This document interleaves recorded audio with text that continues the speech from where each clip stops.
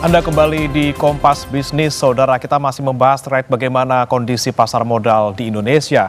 Pertanyaannya, apakah investor sudah bisa lega bahwa status pasar saham Indonesia tetap di emerging market meskipun MSCI masih membekukan evaluasi saham sampai pengumuman pada Rabu depan? Kami akan bertanya langsung ke Edi Pranasidi, founder Indonesia Superstock Community. Selamat pagi, Pak Edi.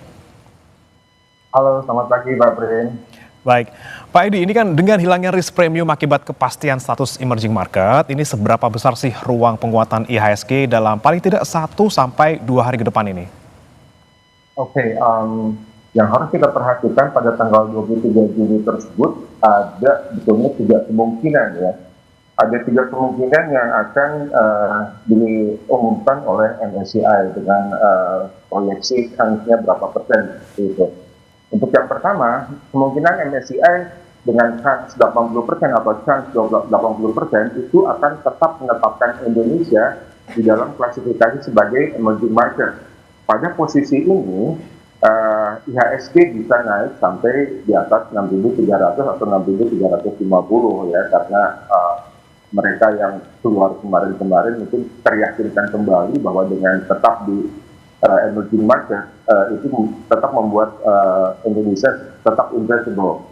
Kemudian kemungkinan kedua dengan chance 15% itu MSCI tetap menetapkan Indonesia di klasifikasi emerging market, namun memperpanjang atau extend reviewnya, penilaian terhadap Indonesia, terutama di information flow, seperti itu. Dan ini kemungkinan bisa membuat IHSG turun 2% lah ke sekitar 5.900 atau 6.000-an seperti itu. Tapi yang kemungkinan ketiga dengan chance atau tipis banget 5%, Indonesia diturunkan kastanya menjadi frontier market atau pasar perintis. Dalam kondisi ini saya harus mengatakan bahwa Indonesia kemungkinannya sangat kecil untuk dimasukkan atau diklasifikasikan sebagai frontier market, mengingat ada 11 perusahaan Indonesia yang sahamnya tercatat di MSCI yang lolos syarat dan likuidasinya itu, likuiditinya itu bagus tuh. Dengan di atas misalnya syarat minimum MSCI 1 saham saja. Begitu Mas Prim. Jadi kondisinya kita sampai tanggal 23 wait and see kebanyakan mungkin, tapi dengan catatan bahwa Indonesia diyakinkan akan tetap masuk di emerging market. Oke. Memang pengumumannya nanti di tanggal 24, tapi yang kita deg-degan ini adalah di hari-hari ke depan ini Pak, sebelum tanggal 24. Nah, walaupun misalnya kemungkinan untuk kita tetap di emerging market ini tetap besar, tapi juga ada kemungkinan index freeze-nya tetap ada gitu ya. Nah, kalau memang ternyata index freeze-nya masih dipertahankan, Anda melihatnya pergerakan dana asing bakal seperti apa di saham-saham blue chip terutama ini di jangka pendek? Apakah memang nanti akan aksi jual saham lagi atau masih bertahan gitu, Pak? Nah, harusnya dana asing dengan kemarin ada beberapa yang sudah masuk, walaupun yang masuknya inflow-nya itu hanya 1 triliun atau kurang dari 1 triliun. Untuk kemudian kemarin itu ada hari Jumat ada yang keluar lagi 115 miliar rupiah. Saya pikir pada kondisi kita harus ingat ya, tahun 2025 sampai September mereka itu keluar juga sekitar 60 triliunan rupiah karena ada yang namanya kekhawatiran terhadap tarif war yang ditemukan oleh Trump terhadap seluruh negara yang counterpart dagangnya Trump. Tapi di kondisi sekarang dengan IHSG yang sebetulnya mendapatkan tekanan dari MSCI, kemudian yang kedua tekanan tentang fiscal deterioration, kemudian juga yang ketiga tentang rupiah yang melemah sehingga membuat fiskalnya dipertanyakan, kemudian yang keempat adalah tentang perang Iran yang belum juga selesai sampai saat ini walaupun sudah ada penandatanganan ya. Dan perang Iran itu sebetulnya menjadi salah satu faktor utama dari IHSG. Kenapa? Karena dengan perang Iran ini selesai, harga minyak yang terutama Indonesia menggunakan minyak mentah Brent itu turun dari tertingginya 120 sekarang di kisaran $80 per barrel. Artinya di APBN kita targetkan Brent itu di harga $70 per barrel. Jadi ada diferensiasi $10 per barrel yang artinya sehari kita harus nambah 10 juta US dollar untuk impor minyak karena kita impor 1 juta barrel per hari. Dari kebutuhan 1,6 juta yang 600.000 barrelnya didapat dari produksi dalam negeri.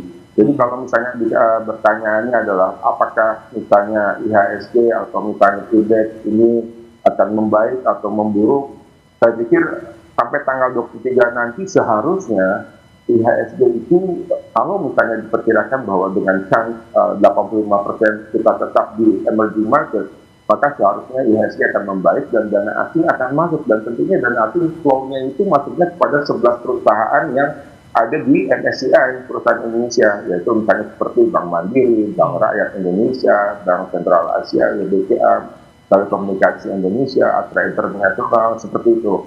Jadi mereka mungkin untuk sementara akan menumpuk di situ sampai misalnya MSCI kemudian memasukkan kembali saham-saham Indonesia yang likuiditasnya bagus, para transparansinya bagus, free float-nya juga bagus, seperti itu.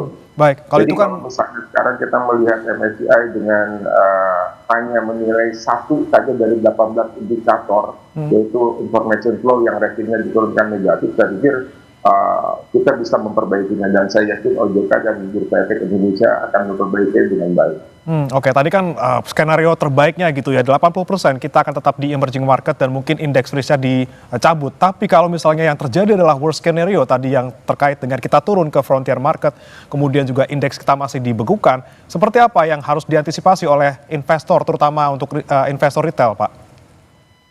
Terutama untuk investor retail, tentunya kalau misalnya terjadi seperti itu, kita diturunkan atau misalnya yang worst case-nya kita diturunkan menjadi frontier market, yang menjadi sasaran jual foreign asing itu pemodal asing, tentunya hanya ada di 11 saham itu tadi. Dan kondisi ini akan menimbulkan kepanikan sesaat. Tapi saya pikir seperti yang sudah saya kemukakan sebelumnya, ketika kepanikan itu terjadi, ketika misalnya panic selling itu terjadi karena kita worst case-nya terjadi, itu juga akan jadi kesempatan untuk investor retail maupun investor institusi dalam negeri untuk masuk. Oke, justru ada kesempatan yang bisa dilihat di sana, peluang gitu ya ketika ada kepanikan terkait dengan hal ini. Nah, kemudian Pak, kita soroti kembali tadi sempat ada sebutkan soal MSCI yang memang masih menyoroti soal transparansi bursa saham Indonesia yang sekarang turun kelasnya seperti Turki gitu. Bahkan cuma Turki sama Indonesia nih yang transparansinya disorot. Soal ini Pak, apakah kemudian ini juga menjadi sentimen negatif? Tentunya akan berbeda dengan sebelum-sebelumnya ya. Market kita seharusnya risk and reward-nya lebih siap daripada sebelum-sebelumnya, Mas. Kondisi ini tercermin dari kokohnya indeks yang sudah turun ke level terendah di 5.355 beberapa waktu lalu, yang sekarang kemudian sempat naik sampai 17%, artinya ada rally atau waktu rebound dari harga terendahnya sebanyak 17%, untuk kemudian kembali lagi terkoreksi karena masalah di Timur Tengah, kemudian juga karena misalnya setelah BI menaikkan suku bunga 1% selama 1 bulan, yang berhasil sebetulnya dalam posisi pandangan mata saya untuk menstabilkan rupiah di bawah 18.000 level psikologis. Jadi pada kondisi itu saya pikir tidak ada masalah yang sangat berat ya untuk misalnya dilakukan perbaikan di information flow, karena yang tadi saya katakan dari 5 segmen besar, yaitu misalnya openness to foreign ownership ada 4 indikator, kemudian di east of capital inflows and outflows itu ada 2 indikator, kemudian yang 3 ini yang di efficiency of the operational framework ada 10 indikator. Ini segmen paling gemuk, dan salah satunya information flow. Information flow ini menyangkut misalnya tentang coordinated trading, kemudian juga tentang transparansi, share ownership, UBO atau ultimate beneficial owner. Tapi saya pikir, dan yang menarik tentunya ada pernyataan bahwa ada kesulitan dalam mencerna bahasa Indonesia ke dalam bahasa Inggris ini yang agak lucu juga. Tapi sebetulnya memang yang disoroti oleh MSCI itu adalah detail dari isi konten, misalnya press release maupun misalnya keterangan emiten atau perseroan dalam melakukan aktivitas bisnisnya. Jadi bukan masalah mereka tidak bisa mengerti bahasa Indonesia, karena zaman sekarang kan kondisinya banyak sekali artificial intelligence yang dalam hitungan detik atau menit bisa langsung menerjemahkan dokumen apapun dalam hitungan detik dan menit, seperti itu. Jadi yang harus diperbaiki sebetulnya adalah the way of communication, cara mereka berkomunikasi dari emiten maupun dari SRO-nya, Mas. Seperti itu. Apa Oke. yang terbaik?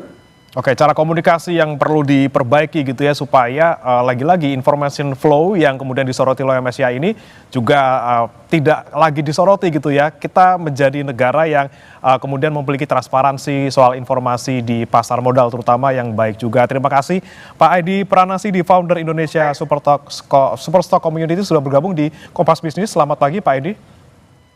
Selamat pagi, terima kasih banyak Mas Bri. Ya.